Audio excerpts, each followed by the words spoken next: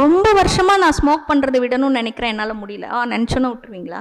உள்ள இருந்து அதை தூக்கி போடணும். அகந்தையால முடியாது. எல்லாத்துக்கும் சாட்சியா நமக்குள்ள உணர்ற அந்த நுண்ணறிவுன்னு ஒண்ணு சொன்னேன் பாத்தீங்களா, அவர் நினைச்சாருன்னா சட்டுன்னு விட்டுடும். திருவண்ணாமலையில உட்காந்து நம்ம ஒரு ப்ரோக்ராம் பண்ணிட்டு இருக்கோம் அப்படின்னா அருணகிரிநாதரை பத்தி பேசாம நகரவே முடியாது. வாழ்நாள் முழுக்க பெண்களுடைய வீடே கதின்னு இருந்தார். திருவண்ணாமலைனா என்ன சொல்லுவாங்க?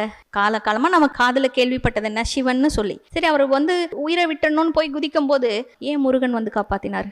கொஞ்சம் கெஸ் பண்ணி பாருங்க. நல்ல புத்தினா ஞானம் தான்.